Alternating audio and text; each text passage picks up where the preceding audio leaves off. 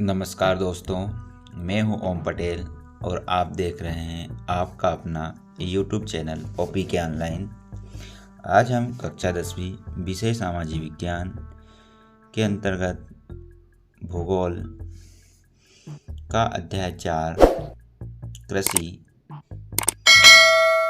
पाठ के कुछ महत्वपूर्ण प्रश्न देखेंगे। तो चलिए हम शुरू करते हैं। आज का हमारा पहला प्रश्न है, सही विकल्प चुनकर। इसके अंतर्गत पहला प्रश्न है, कृषि एक व्यवसाय है। इसका ऑप्शन नंबर सही रहेगा, प्राथमिक। दूसरा प्रश्न है, कर्तन दहन कृषि प्रणाली का संबंध निम्न में से किससे है? तो इसका ऑप्शन नंबर ब सही रहेगा, प्रारंभिक जीविका निर्वहन कृषि से। तीसरा प्रश्न है, मध्य प्रदेश में स्थानांतरित कृषि को निम्न में से किस नाम से जाना जाता है? मध्य प्रदेश में स्थानांतरित कृषि को निम्न में से किस नाम से जाना जाता है? तो इसका ऑप्शन नंबर ब सही रहेगा, बेवर कृषि के नाम से जाना जाता है। अगला प्रश्न है, ओस, अमन, बोरो निम्न में से किस फसल की किस्म है? ओस, अमन, बोरो निम्न में से किस फसल की किस्म है? तो इसमें ऑप्शन नंबर ब सही रहेगा, ये सभी धान की किस्में हैं। अगला प्रश्न है, गन्ने की फसल का संबंध किस जलवायु से है? तो इसका ऑप्शन नंबर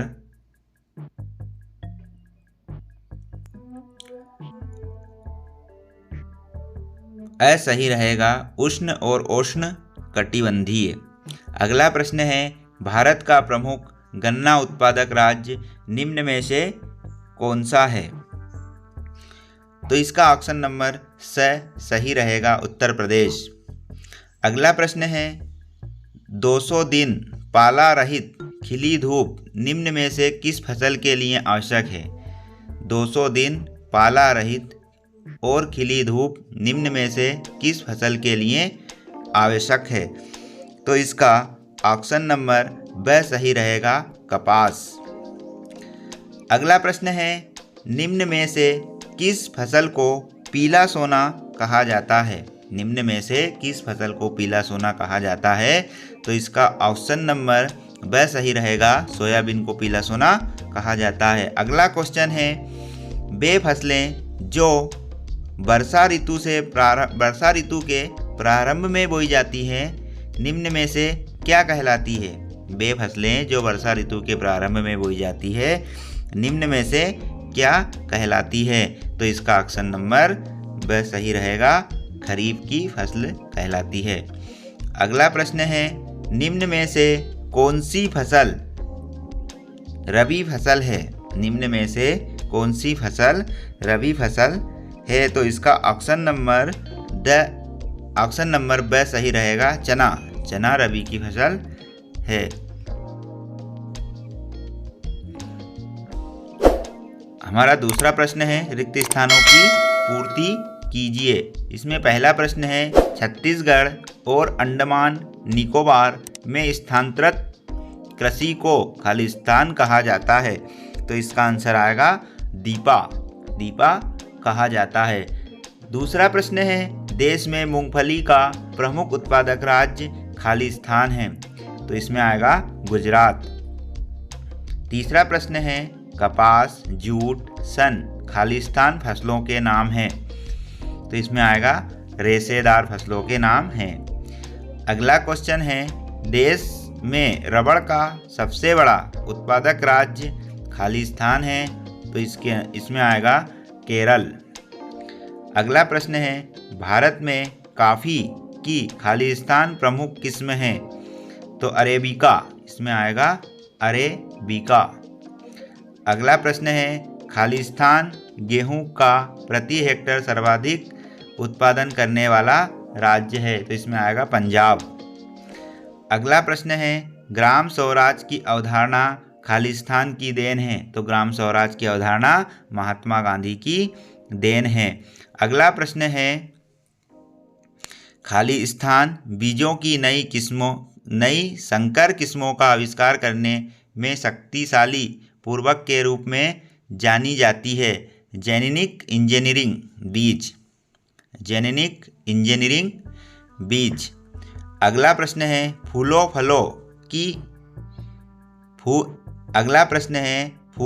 फलों की कृषि खालिस्तान कहलाती है, बागवानी कहलाती है। दोस्तों, यदि वीडियो पसंद आ रहा तो वीडियो को लाइक और चैनल को सब्सक्राइब जरूर करें। हम बढ़ते हैं अपने अगले प्रश्न की ओर।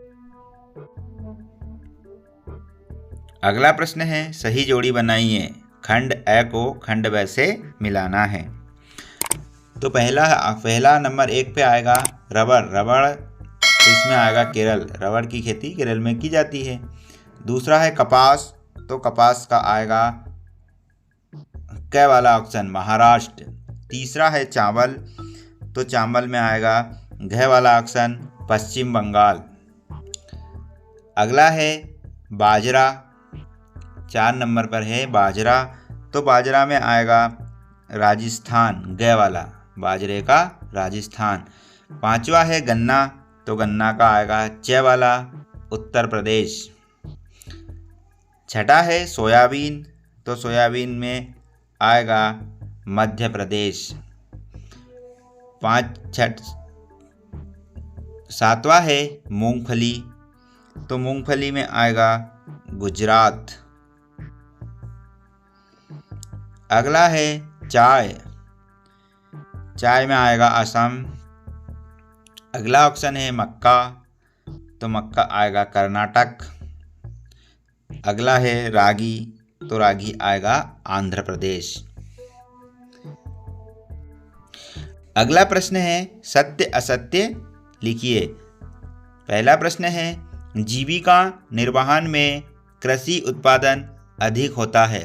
जीविका निर्वहन में कृषि उत्पादन अधिक होता है, सत्य है या असत्य है?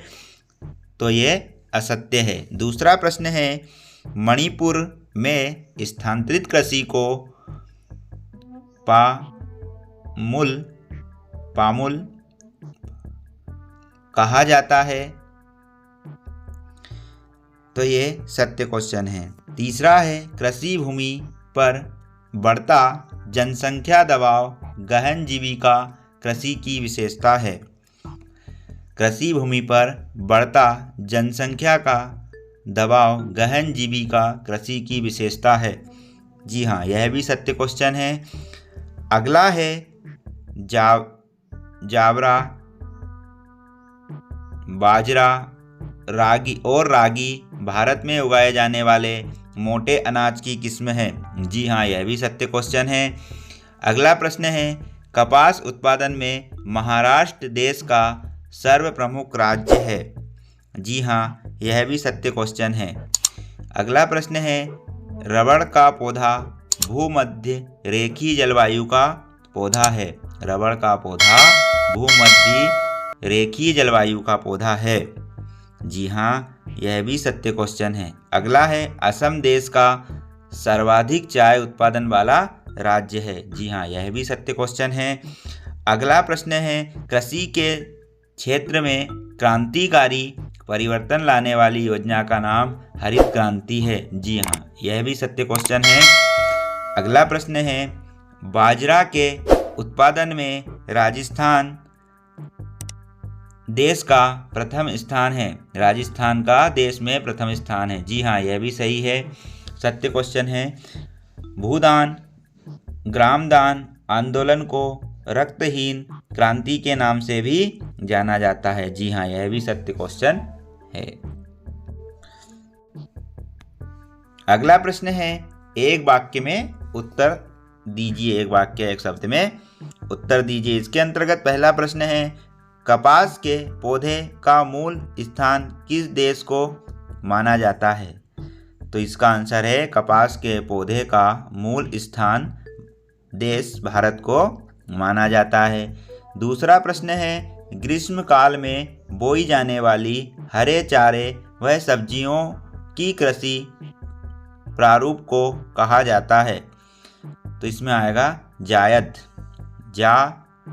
जायद। तीसरा प्रश्न है दालों के उत्पादन और उपयोग में विश्व में भारत का स्थान है। तो दालों के उत्पादन और उपयोग में विश्व में भारत का स्थान प्रथम है।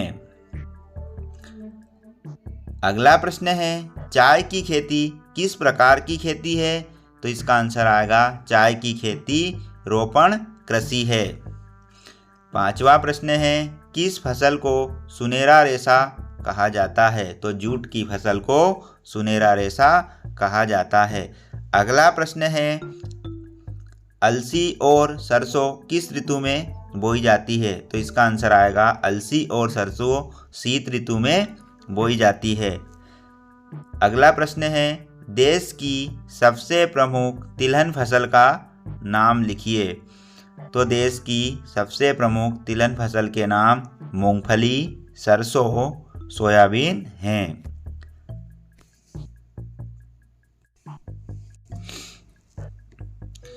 अगला प्रश्न है सन 1966 से लेकर 1967 में भारत सरकार द्वारा किसानों के हित में किस योजना को शुरू किया गया। तो इसका आंसर आएगा हरित क्रांति तथा श्वेत क्रांति। हरित क्रांति की कृषि से संबंधित थी और श्वेत क्रांति दुग्ध से संबंधित थी। अगला प्रश्न है नाबार्ड की स्थापना किस सन में हुई। तो इसका आंसर आएगा 12 जुलाई 1982।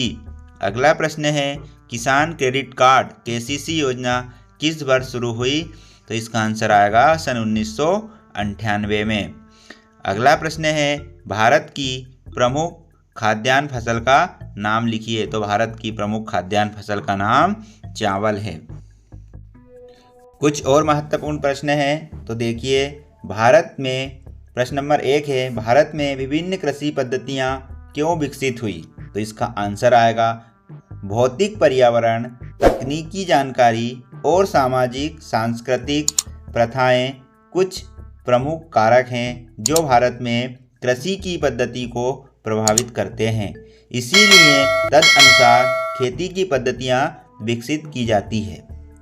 दूसरा प्रश्न है भारत में झूमिंग एक आदिवासी जीविका खेती क्यों है। तो इसका आंसर आएगा भारत उत्तर पूर्वी राज्यों के पहाड़ी इलाकों में आदिम उपकरणों का उपयोग करके झूमिंग का अभ्यास किया जाता है और यह केवल स्वयं उपभोग के लिए है। तीसरा प्रश्न है काटो और जलाओ कृषि केवल भारत में ही की जाती है।